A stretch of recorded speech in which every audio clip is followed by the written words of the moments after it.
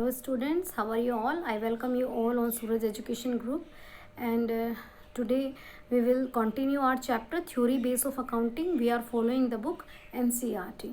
So what we have done till now beta, we have done about identify the need for theory base of accounting. कोई आपसे पूछे कि theory base of accounting की ज़रूरत क्यों है? In order to maintain the uniformity. सारे के सारे ऑल ओवर द वर्ल्ड जितने भी अकाउंटेंट हैं, अगर वो सभी लोग अलग अलग पॉलिसीज़ को यूज़ करेंगे तो कंपैरिजन नहीं होगा. So there must be some rules and regulations which has to be followed by every accountant so that comparison is possible. So there is a need of theory base of accounting. Okay, then what do you mean by GAAP? We have done so generally accepted accounting principles are the general guidelines which are adopted by the accountants for preparing the financial statements and for recording the transactions in the books of accounts. So ye GAAP we have done it. Then the meaning and the purpose of accounting concepts. Accounting concepts are the methods, or you can say the tools of the accounting which we use for recording the transactions in the books of accounts. Then we have to do the accounting standards. So later on we will do, at last we will study about accounting standards. So in today's class we will study about system and systems of accounting and basis of accounting. Two topics we will discuss today: systems of accounting and basis of accounting. So beta, there are two systems of accounting. There are two systems of accounting: single entry system and double entry system. How many systems of accounting? Single entry system and double entry system. दोनों में से useful कौन है? Double entry system. तो हमने कल एक principle study किया था, ड्यूअल एस्पेक्ट प्रिंसिपल. तो ड्यूअल एस्पेक्ट प्रिंसिपल क्या कहता था? Whenever any transaction occur it at least effect two account. Out of those two account one is debited and another is credited. Dual aspect principle में हमने क्या पढ़ा था?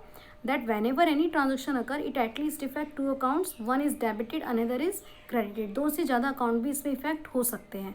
तो डबल एंट्री सिस्टम जो है वो ड्यूअल एस्पेक्ट प्रिंसिपल के ऊपर बेस्ड है.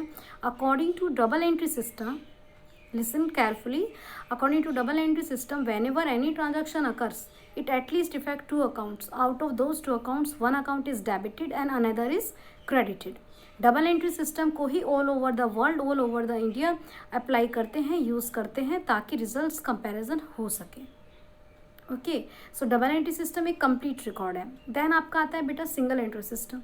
तो single entry system which record only single aspect of the transaction. Double entry system record double aspect of the transaction. Single entry system will use only the single aspect. For example, अब मैं आपको पढ़ा रही हूँ, आप पढ़ रहे हैं, हम बाजार गए, हमने कुछ सामान खरीदा, हमने बदले में उसे पेमेंट दिया, यानी कि एक रिसीवर है और एक गिवर है. तो डबल एंट्री सिस्टम इसी प्रिंसिपल के ऊपर बेस्ड है कि एक पर्सन तो बेनिफिट दे रहा है और दूसरा पर्सन बेनिफिट ले रहा है, benefit giver benefit taker.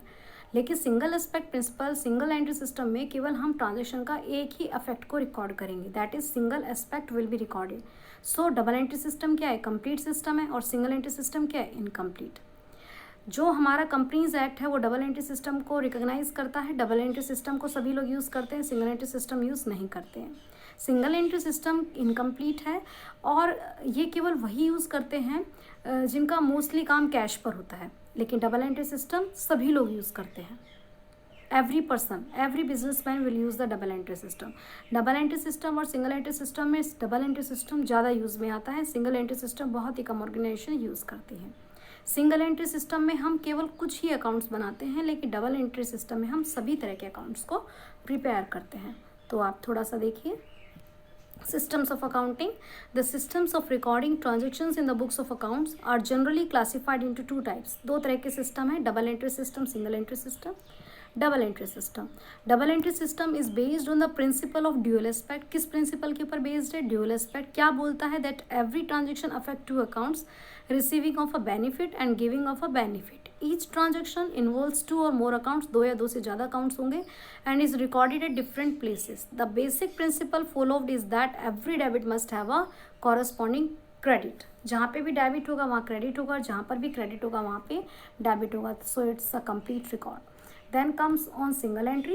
It is not a complete system, complete system नहीं है, and it does not record twofold. Twofold aspect को record नहीं करता. Instead of maintaining all the accounts, सभी अकाउंट्स को मेंटेन करने की बजाय ये केवल कौन से अकाउंट्स को मेंटेन करता है? ओनली पर्सनल अकाउंट को मेंटेन करता है. Not a complete, not record twofold aspect. And यहाँ पे हम केवल पर्सनल और कैश बुक अकाउंट बनाते हैं. It is not a system, it lacks a system of uniformity. Uniformity नहीं होती है इसमें, only one aspect is recorded, केवल एक ही एस्पेक्ट रिकॉर्ड किया जाता है। तो यहाँ पर जो रिकॉर्डिंग होती है वो इनकम्प्लीट होती है, अनसिस्टमेटिक होती है, अनरिलायबल होती है। अगर कोई डिफरेंस पूछे आपसे सिंगल एंट्री और डबल एंट्री सिस्टम में तो क्या बताएंगे? Single entry incomplete, double entry complete. यहाँ पे सिंगल फोल्ड एस्पेक्ट रिकॉर्ड होता है, यहाँ पे बहुत एस्पेक्ट रिकॉर्ड होता है। ये नॉट रिलायबल है, ये रिलायबल है, ये नॉट रिकॉग्नाइज्ड है, डबल एंट्री सिस्टम रिकॉग्नाइज्ड है। यहाँ पे आप केवल पर्सनल अकाउंट प्रिपेयर करते हैं और यहाँ पर आप सभी तरह के अकाउंट्स को प्रिपेयर करते हैं। यहाँ पे यूनिफॉर्मिटी नहीं है, यहाँ पर यूनिफॉर्मिटी है। यहाँ पर कौन लोग अडॉप्ट करते हैं? जिनका मेनली काम कैश पर होता है। और डबल एंट्री सिस्टम को कौन अडॉप्ट करता है? All businesses you can use this system. Then we have basis of accounting बेटा, we have two basis of accounting, cash basis and accrued basis of accounting। तो इसके लिए हम एक छोटा सा एग्जांपल लेते हैं। फॉर एग्जांपल कि मान लीजिए आप एक शॉपकीपर हैं और आपने अपने कस्टमर को मटेरियल सेल किया। ओके, अब आपने उसको मटेरियल सेल किया, वो आपको पैसे नहीं देकर गया, कैश नहीं देकर गया, तो आप इसे रिकॉर्ड करेंगे? वो आपको पैसे नहीं देकर गया, करेंगे, क्योंकि हमें बाद में तो उससे पैसे लेने हैं, लेकिन हमें कैश तो नहीं मिला। अब दूसरा एग्जांपल लेते हैं, आपने अपने सप्लायर से मटेरियल परचेज़ किया, आपने उसको पैसे नहीं दिए, अब रिकॉर्ड करेंगे? यस करेंगे, क्योंकि हमें देना तो है। अब मान लीजिए आप किसी कंपनी में काम कर रहे हैं, आपको पेमेंट नहीं मिला, तो आप इस ट्रांजेक्शन को रिकॉर्ड नहीं करेंगे? बिजनेसमैन उस ट्रांजेक्शन को रिकॉर्ड ही नहीं करे, भूल जाए? नहीं, ऐसा नहीं हो सकता। So basis of accounting two types के होते हैं बेटा, cash basis and accrual basis of accounting. Cash basis and accrual basis of accounting. Cash basis of accounting क्या बोलता है?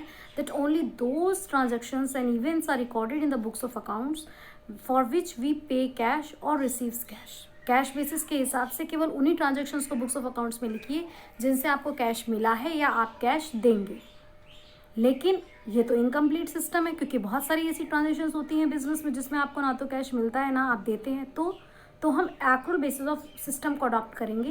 एक्रूअल कॉन्सेप्ट के ऊपर ये बेस्ड है। एक्रूअल कॉन्सेप्ट बोलता है कि कोई भी ट्रांजैक्शन, चाहे उसके लिए आपने पे किया है या नहीं पे किया है, will be recorded in the books of accounts. So let's recall, there are two basis of accounting, cash basis, accrual basis of accounting.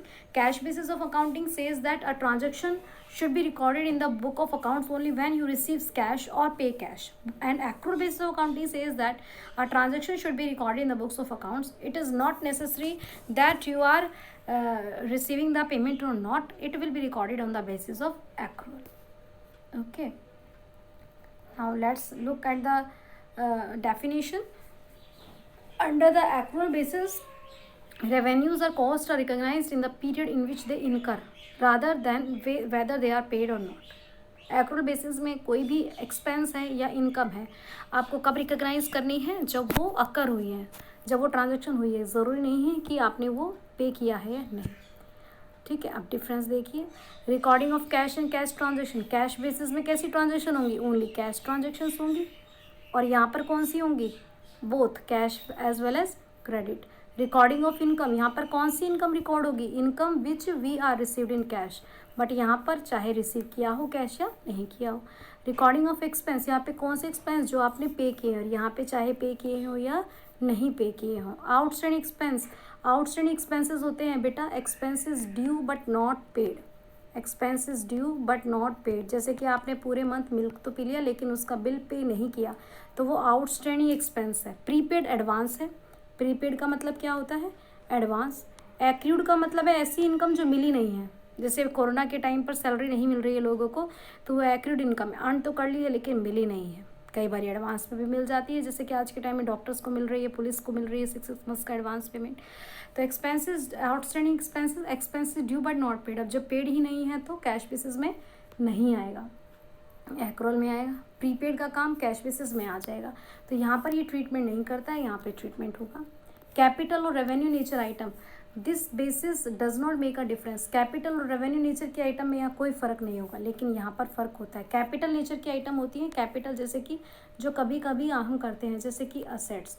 और रेवेन्यू नेचर की होती हैं जैसे कि एक्सपेंस। सैलरी रोज़ाना देनी पड़ती है, रेंट रोज़ाना देना पड़ता है, इलेक्ट्रिसिटी बिल रोज़ाना देना पड़ता है, न्यूज़पेपर बिल, मिल्क बिल, ये सारे रेवेन्यू होते हैं, रेवेन्यू नेचर के होते हैं, रेगुलर नेचर के। लेकिन असेट का खरीदना, लैंड बिल्डिंग प्लांट का खरीदना, ये कैपिटल नेचर का होता है।